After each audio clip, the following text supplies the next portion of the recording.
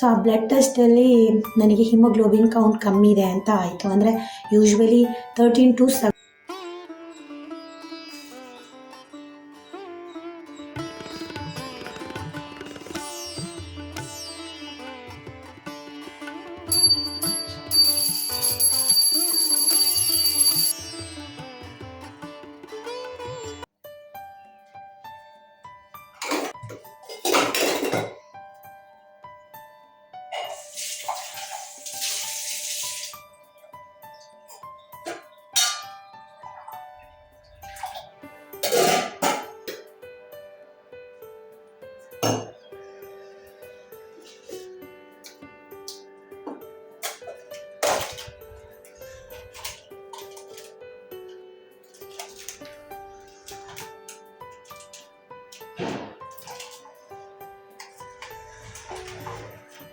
Hello, hi, ನಮಸ್ಕಾರ, welcome to the channel. ಹೇಗಿದ್ದೀರಾ? ಎಲ್ಲ ಚೆನ್ನಾಗಿದ್ದೀರಾ ಅಂತ ಅಂದ್ಕೊಳ್ತೀನಿ.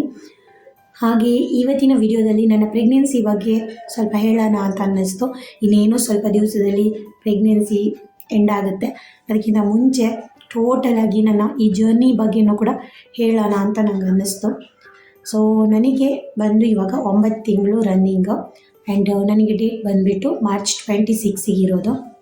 ಆಮೇಲೆ ಗೊತ್ತಿಲ್ಲ ಯಾವಾಗ ಆಗುತ್ತೆ ಅಂತ. ಆ್ಯಂಡ್ ಆಮೇಲೇನು ವಿಡಿಯೋ ಶುರು ಮಾಡಿ ಸ್ವಲ್ಪ ಹೊತ್ತಾಯಿತು. ಅಲ್ಲಿಂದ ಇಲ್ಲಿಗೆ, ಇಲ್ಲಿಂದ ಅಲ್ಲಿಗೆ ಓಡಾಡ್ತಾ ಇದ್ದೀನಿ. ಇವಾಗ ರೂಮಲ್ಲಿ ಸ್ವಲ್ಪ ಕೆಲಸ ಇತ್ತು, ಹಾಗೆ ಅದನ್ನು ಮಾಡೋ ಮುಂಚೆ ವಿಡಿಯೋನ ಕಂಪ್ಲೀಟ್ ಮಾಡಿಬಿಡೋಣ ಅಂತ ಕೂತಿದ್ದೀನಿ. ಮತ್ತು ನಾನು ಹೇಳ್ತಾ ಇದ್ದೆ ನನ್ನ ಪ್ರೆಗ್ನೆನ್ಸಿ ಜರ್ನಿ ಬಗ್ಗೆ ಹೇಳ್ತೀನಿ ಅಂತ. ಆ್ಯಂಡ್ ಅದರ ಜೊತೆಗೆ ನನಗೆ ನನ್ನ ಫಸ್ಟ್ ಪ್ರೆಗ್ನೆನ್ಸಿಯಲ್ಲಿ ತುಂಬಾ ಆರಾಮಾಗಿ ಏನು ಪ್ರಾಬ್ಲಮ್ ಅಂತಲೇ ಅನ್ನಿಸ್ತಾ ಇರಲಿಲ್ಲ. ನಾನು ಪ್ರೆಗ್ನೆಂಟ್ ಇದ್ದೀನಿ ಅಂತಲೂ ಅನ್ನಿಸ್ತಾ ಇರಲಿಲ್ಲ ನನಗೆ. ಆ ರೀತಿ ಇದ್ದೆ. ಸ್ವಲ್ಪ ವೆಯ್ಟ್ ಏನಂದರೆ ಇನ್ಕ್ರೀಸ್ ಆಗಿಬಿಟ್ಟಿದ್ದೆ. ಅದು ಬಿಟ್ಟರೆ ನಾನು ನಾರ್ಮಲ್ ಆಗಿದ್ದೆ, ಎಲ್ಲ ಕೆಲಸ ಮಾಡ್ತಾಯಿದ್ದೆ, ಹಾಗೆ ನಾರ್ಮಲ್ ಆಗಿದ್ದೆ ಅಂತಲೇ ಹೇಳ್ಬೋದು. ಬಟ್ ಸೆಕೆಂಡ್ ಪ್ರೆಗ್ನೆನ್ಸಿಯಲ್ಲಿ ಏನಾದರೂ ಒಂದು ಪ್ರಾಬ್ಲಮ್ಸ್ ನನಗೆ ಬರ್ತಾನೇ ಇದೆ ಆಫ್ಟರ್ 7 ಮಂತಿಂದ ಅಂತ ಅನ್ಕೋತೀನಿ. ಸ್ಟಾರ್ಟಿಂಗಲ್ಲಿ ಕೂಡ ಅಷ್ಟೇ, ನಾನು ಹೇಳಿದ್ದೀನಿ ಒಂದು ಸಲ, ಸ್ಟಾರ್ಟಿಂಗಲ್ಲಿ ಕೂಡ ಅಷ್ಟೇ ವಾಮಿಟ್ ಅದು ಇದೆಲ್ಲ ಇತ್ತು. ಅದೆಲ್ಲ ಕಾಮನ್ ಅಲ್ವಾ. ಅದಾದಮೇಲೆ ಒಂದು 7 ಮಂತಿಂದ ನನಗೆ ಕೆಮ್ಮು ಶುರುವಾಯಿತು. ಆ ಕೆಮ್ಮು ಬಂದಿದ್ದು ಅಂದರೆ ನಿಲ್ತಾನೇ ಇಲ್ಲ. ಆಮೇಲೆ ಮತ್ತೆ ಡಾಕ್ಟ್ರ್ ಹತ್ರ ಹೋಗಿ ಅದು ಫುಲ್ ಇನ್ಫೆಕ್ಷನ್ ಆಗಿದೆ ಅಂತ ಹೇಳಿದ್ರು. ಅದಕ್ಕೊಂದು ಸ್ವಲ್ಪ ಮೆಡಿಸಿನ್, ಇವನ್ ಅದು ಇನ್ನೂ ಸ್ಟಾಪ್ ಆಗಿಲ್ಲ. ಬಟ್ ಈ ಟೈಮಲ್ಲಿ ಟ್ಯಾಬ್ಲೆಟ್ ಅಂಥದ್ದೆಲ್ಲ ತಗೊಳ್ಳೋದು ಕೂಡ ಸೇಫ್ ಅಲ್ಲ ಅಲ್ವಾ. ಹಾಗಾಗಿ ನಾನು ಓಕೆ ಹಾಗೆ ಹೋಮ್ ರೆಮಿಡೀಸ್ಗಳನ್ನೇ ಮಾಡೋಣ ಅಂತ ಬಿಟ್ಬಿಟ್ಟೆ. ತುಂಬ ಹೆವಿ ಆಗಿಲ್ಲ ಇವಾಗ, ಯಾಕಂದರೆ ಮುಂಚೆ ಅಂದರೆ ಕೆಮ್ಮು ಸ್ಟಾರ್ಟ್ ಆದರೆ ನಿಲ್ತಾನೆ ಇರಲಿಲ್ಲ, ಆ ರೀತಿ ಇತ್ತು. ಇವನ್ ಬ್ರೀತ್ ಮಾಡೋದಕ್ಕೂ ಕಷ್ಟ ಆಗಿತ್ತು. ಆವಾಗ ನನ್ನ ಗೈನಕಾಲಜಿಸ್ಟು ತೋರಿಸಿ ನೀವು ಡಾಕ್ಟ್ರಿಗೆ ಅಂತ ಹೇಳಿ ಅವರು ನನಗೆ ಸಜೆಸ್ಟ್ ಮಾಡಿದರು. ಯಾಕಂದರೆ ಆ ರೀತಿ ಇತ್ತು ಬ್ರೀದಿಂಗ್ ಪ್ರಾಬ್ಲಮ್. ಇವಾಗಲೂ ಕೂಡ ಅಷ್ಟೇ, ನನ್ನ ವಾಯ್ಸೇ ಕರೆಕ್ಟ್ ಆಗಿಲ್ಲ. ಅವಾಗವಾಗ ಗಂಟ್ಲ ಹತ್ರ ಏನೋ ಒಂಥರ ಇರಿಟೇಷನ್ ಆಗ್ತಾ ಇರುತ್ತೆ ನನಗೆ. ಸೊ ನಾನು ಅದಕ್ಕೆ ಇವಾಗ ಬಿಸಿನೀರು ಜಾಸ್ತಿ ಕುಡಿಯೋದು ಅಥವಾ ಏನಾದರೂ ಪೆಪ್ಪರ್ ಏನಾದರೂ ಮಾಡ್ಕೊಂಡು ಕುಡಿಯೋದು, ಇಂಥದ್ದೆಲ್ಲಾದರೂ ಮಾಡ್ತಾ ಇರ್ತೀನಿ. ಸ್ವಲ್ಪ ಸರಿಯಾಗಲಿ, ಮಗು ಆದಮೇಲೆ ಮತ್ತೆ ಅದರ ಬಗ್ಗೆ ಅದಕ್ಕೆ ಅಂತಲೇ ಸಪ್ರೇಟಾಗಿ ಮೆಡಿಸಿನ್ ತಗೊಳ್ಳೋಣ. ಇವಾಗ ತಗೊಂಡ್ರೆ ನನಗೆ ಭಯ. ಡಾಕ್ಟ್ರ್ ಹೇಳ್ತಾರೆ ಏನೂ ಪ್ರಾಬ್ಲಮ್ ಇಲ್ಲ, ಮೆಡಿಸಿನ್ ತಗೋಬೋದು ಅಂತೆಲ್ಲ.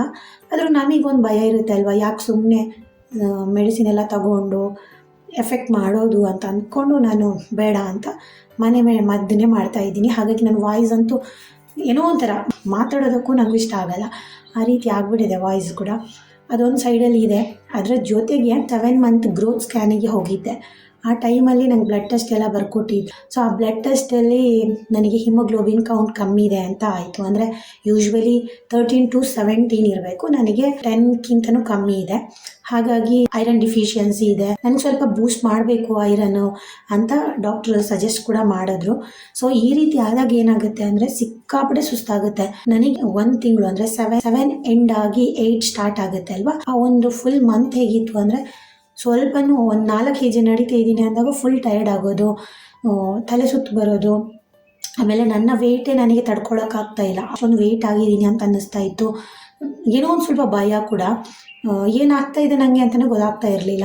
ಫಸ್ಟಿಗೆ ನಾವು ಚೆಕಪ್ಪಿಗೆ ಹೋದಾಗ ನನಗೆ ಹೇಳಿದ್ರು, ನಿಮ್ಗೆ ಹಿಮೋಗ್ಲೋಬಿನ್ ಕೌಂಟ್ ಕಮ್ಮಿ ಇರೋದ್ರಿಂದ ಸ್ವಲ್ಪ ಐರನ್ ಬೂಸ್ಟ್ ಮಾಡಬೇಕಾಗುತ್ತೆ, ಅದೊಂದು 3 ವೀಕ್ ಬಿಟ್ಟು ಮಾಡೋಣ ಅಂತ.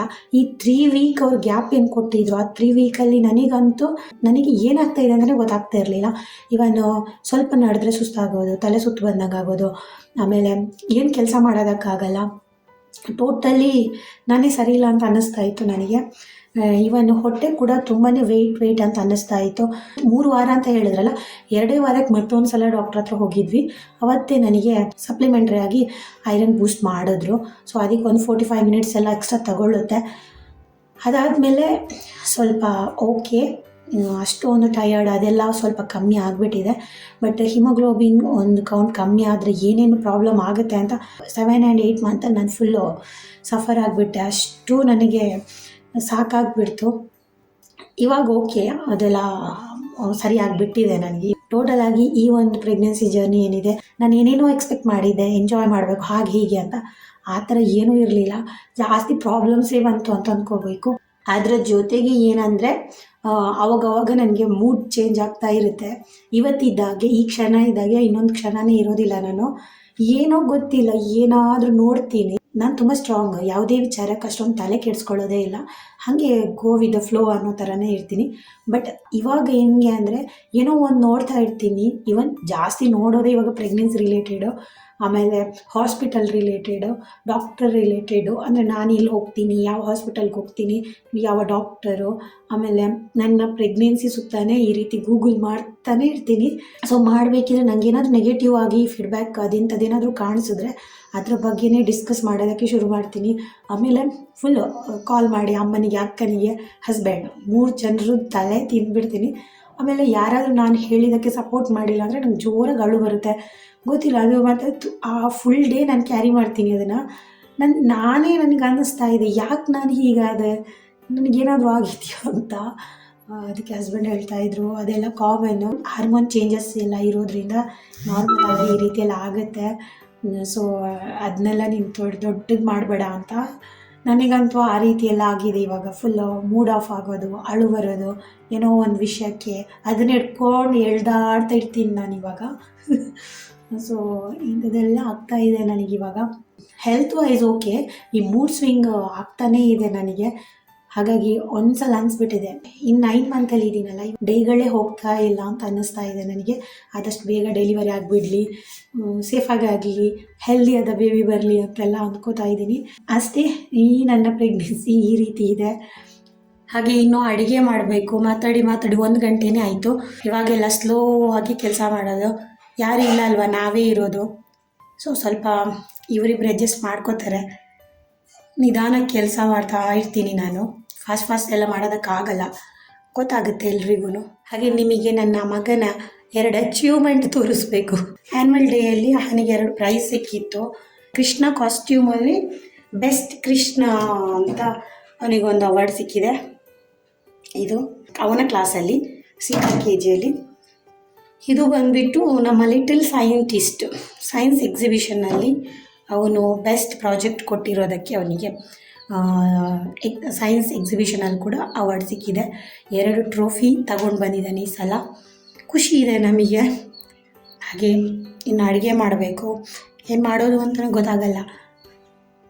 ಮುಂಚೆ ನಾವಿಬ್ಬರೇ, ನಾನು ಅಹನ್ ಮಾತ್ರ ಇದ್ದಾಗ ಬರೀ ಕರ್ಡ್ ರೈಸ್ ಏನಾದರೂ ಮಾಡ್ಕೊಂಡು ತಿಂತಾಯಿದ್ದೆ. ಮಧ್ಯಾಹ್ನ ಏನು ಮಾಡಬೇಕು ಅಂತ ಗೊತ್ತಿಲ್ಲ ಅಂದರೆ ಕರ್ಡ್ ರೈಸ್ ಮಾಡ್ಕೊಂಡು ತಿಂತಾಯಿದ್ದೆ. ಬಟ್ ಇವಾಗ ಹಸ್ಬೆಂಡ್ ಮನೇಲಿದ್ದಾರೆ, ಹಾಗಾಗಿ ಅವ್ರು ವರ್ಕ್ ಫ್ರಮ್ ಹೋಮು ಮನೆಯಲ್ಲಿ. ಹಾಗಾಗಿ ಏನಾದರೂ ಮಾಡಲೇಬೇಕು, ಅವರಿಗೆ ಅದೆಲ್ಲ ಆಗೋದಿಲ್ಲ. ಸೊ ಏನು ಮಾಡೋದು ಅಂದರೆ ಕ್ವಿಕ್ಕಾಗಿ ಇವಾಗ ಪಲಾವ್ ಮಾಡೋಣ ಅಂತಿದ್ದೀನಿ. ಓಕೆನಾ? ಯಾಕೆ ಅಂದರೆ ಇವಾಗ ವರ್ಕ್ ಫ್ರಮ್ ಹೋಮ್ ಇನ್ನೊಂದೇನೆಂದರೆ ಅಹನ್ನ ಕರ್ಕೊಂಡು ಬರಬೇಕು, ಬಿಡಬೇಕು, ಅದೆಲ್ಲ ನನಗೆ ಸ್ವಲ್ಪ ಕಷ್ಟ ಆಗುತ್ತೆ. ಮಾರ್ನಿಂಗ್ ಅವರು ಬಿಡ್ತಾರೆ, ಮಧ್ಯಾಹ್ನ ಪಿಕ್ ಮಾಡಬೇಕಿದ್ರೆ ನಾನು ನಡ್ಕೊಂಡೇ ಹೋಗಬೇಕು. ಬಟ್ ಅದೆಲ್ಲ ಇವಾಗ ಸರಿಯಲ್ಲ ಅಲ್ವಾ, ಅಷ್ಟೊಂದು ಸೇಫ್ ಅಲ್ಲ. ಹಾಗಾಗಿ ಅವರೇ ವರ್ಕ್ ಫ್ರಮ್ ಹೋಮ್ ಮಾಡಿಕೊಂಡು ಅವನನ್ನು ಕರ್ಕೊಂಡು ಬರೋದು ಎಲ್ಲ ಅವರೇ ಮಾಡ್ತಾಯಿದ್ದಾರೆ. ಅವ್ರು ಇರೋದ್ರಿಂದ ಅವರೇ ಮಾಡ್ತಾಯಿದ್ದಾರೆ. ಮಧ್ಯಾಹ್ನ ಪಲಾವ್ ರೆಡಿ ಆಗಿದೆ. ನಮ್ಮ ಲಂಚ್ ಇದೆ. ಅರ್ಜೆಂಟಲ್ಲಿ ವೈಟ್ ಪಲಾವ್ ಮಾಡಿದ್ದೀನಿ. ಅವನಿಗೆ ತುಂಬ ಇಷ್ಟ ಅಲ್ವಾ ಹಾನ?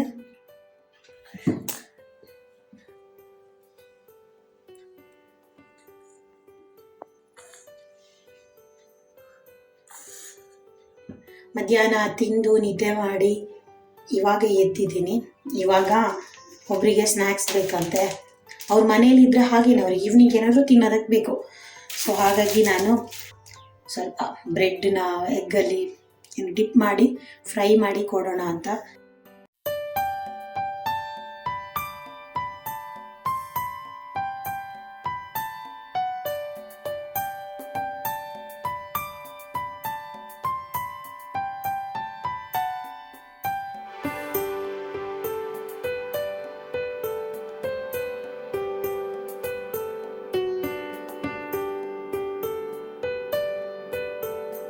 ಡೀಪ್ ಫ್ರೈ ಕೂಡ ಮಾಡ್ತೀನಿ, ಮಾತ್ರ ಡೀಪ್ ಫ್ರೈ ಇವಾಗ ಎಲ್ರಿಗೂ ಕೆಮ್ಮು, ಹಾಗಾಗಿ ಈ ರೀತಿ ತವಾದಲ್ಲೇ ಫ್ರೈ ಅಂತ ಕೆಮ್ಮಿರೋದ್ರಿಂದ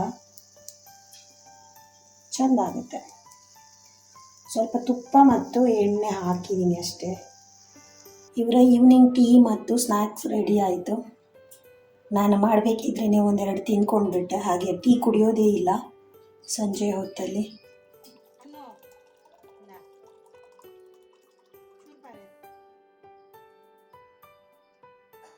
ಸಂಜೆ ಹೊತ್ತಲ್ಲಿ ಟೀ ಕಾಫಿ ಕುಡಿಯೋದೆಲ್ಲ ನಿಲ್ಲಿಸ್ಬಿಟ್ಟಿದ್ದೀನಿ. ತುಂಬ ಅಪರೂಪದಲ್ಲಿ ಟೀ ಕಾಫಿ ಬೇಕು ಅಂದರೆ ಕುಡಿತೀನಿ. ಹಾಗೆ ಅವರಿಗೆ ಟೀ ಕೊಟ್ಬಿಟ್ಟು ನಾನು ಇಲ್ಲಿ ಎಳ್ನೀರು ಕುಡಿತಾ ಇದ್ದೀನಿ. ಬೆಳಗ್ಗೆನೇ ಹಸ್ಬೆಂಡ್ ಎಳ್ನೀರು ತಂದಿಟ್ಟಿರ್ತಾರೆ ಕುಡಿಬೇಕು ಅಂತ, ಹಾಗಾಗಿ ಸಂಜೆ ಕೂತ್ಕೊಂಡು ಎಳ್ನೀರು ಕುಡಿಯೋ ಕೆಲಸ ನನಗೆ. ಹಾಗೆ ನನ್ನ ಮಗ ಇಷ್ಟೊತ್ತು ನಿದ್ದೆ ಮಾಡ್ತಾಯಿದ್ದ, ಇವಾಗ ಎದ್ದು ಸ್ವಲ್ಪ ಎಳ್ನೀರು ಕುಡಿ ಅಂದರೆ ಅವನಿಗೆ ಇದೆಲ್ಲ ಆಗಲ್ಲ. ಒಂದೊಂದು ಸಲ ಅನಿಸುತ್ತೆ ಇವನು ಯಾವ ಗ್ರಹದಿಂದ ಬಂದ ಅಂತ. ಯಾಕಂದರೆ ಯಾವುದೇ ಹೆಲ್ದಿ ಕೊಟ್ಟರು ಕೂಡ ಅವನಿಗೆ ಬೇಡ. ಏನಾದರೂ ಚಾಕ್ಲೇಟು, ಬಿಸ್ಕಿಟ್, ಲೇಸ್ ಅಂದರೆ ರೆಡಿ ಇರ್ತಾನೆ. ಇದನ್ನು ಕುಡಿ ಅಂದರೆ ಇವಾಗ ಹತ್ಕೊಂಡು ನಂಗೆ ಬೇಡ ಅಂತ ಅದನ್ನು ಕಷ್ಟಪಟ್ಟು ಒಂದು ಸ್ವಲ್ಪ ಕುಡಿದು ಹತ್ಕೊಂಡೇ ಹೋದ ನೋಡಿ. ಹಾಗೆ ನಾನಿಲ್ಲಿ ಕುಡಿತಾ ಇದ್ದೀನಿ. ಮತ್ತು ಇದು ಗಂಜಿ ಇರೋವಂಥ ಎಳ್ನೀರು. ಆ ಎಳ್ನೀರು ಕೊಡೋರು ಕೂಡ ಅಷ್ಟೇ, ಇದು ಗಂಜಿರೋ ಎಳ್ನೀರು ಅಂದರೆ ಸ್ವಲ್ಪ ಟೇಸ್ಟ್ ಇರುತ್ತೆ, ಜಾಸ್ತಿ ನೀರಿರುತ್ತೆ ಅಂತ ಇಂಥದನ್ನೇ ಕೊಟ್ಟು ಕಳಿಸ್ತಾರೆ ನಮಗೆ. ಹಾಗೆ ನಮ್ಮಮ್ಮ ಮುಂಚೆ ಹೇಳ್ತಾಯಿದ್ರು, ಪ್ರೆಗ್ನೆನ್ಸಿ ಟೈಮಲ್ಲಿ ಗಂಜಿ ಇರೋ ಎಳ್ನೀರಲ್ಲಿ ಗಂಜಿ ಇದ್ದರೆ ಅದನ್ನ ಗಂಜಿನ ತಿನ್ನಬಾರ್ದು, ಮಗುನ ತಲೆ ದೊಡ್ಡದಾಗುತ್ತೆ ಅಂತ. ನಿಮಗೆ ಯಾರಾದರೂ ಈ ರೀತಿ ಹೇಳಿದಾರಾ, ಅದು ಸತ್ಯನಾ ಅಂತ ಹೇಳಿ. ನನಗಂತೂ ನಾನು ಅದನ್ನೆಲ್ಲ ನಮ್ಮಲ್ಲ ಮೂಢನಂಬಿಕೆ ಅಂತ ಹೇಳ್ತೀನಿ. ಹಾಗೆ ಇವತ್ತಿನ ಈ ವಿಡಿಯೋನ ಇಲ್ಲಿಗೆ ನಿಲ್ಲಿಸ್ತಾ ಇದ್ದೀನಿ. ವಿಡಿಯೋ ಇಷ್ಟ ಆದರೆ ಕಾಮೆಂಟ್ ಮಾಡಿ, ಸಬ್ಸ್ಕ್ರೈಬ್ ಮಾಡಿ, ಲೈಕ್ ಮಾಡಿ. ಹಾಗೆ ಮುಂದಿನ ವಿಡಿಯೋದಲ್ಲಿ ಸಿಗ್ತೀನಿ. ಅಲ್ಲಿ ತನಕ ಟೇಕ್ ಕೇರ್, ಬಾಯ್.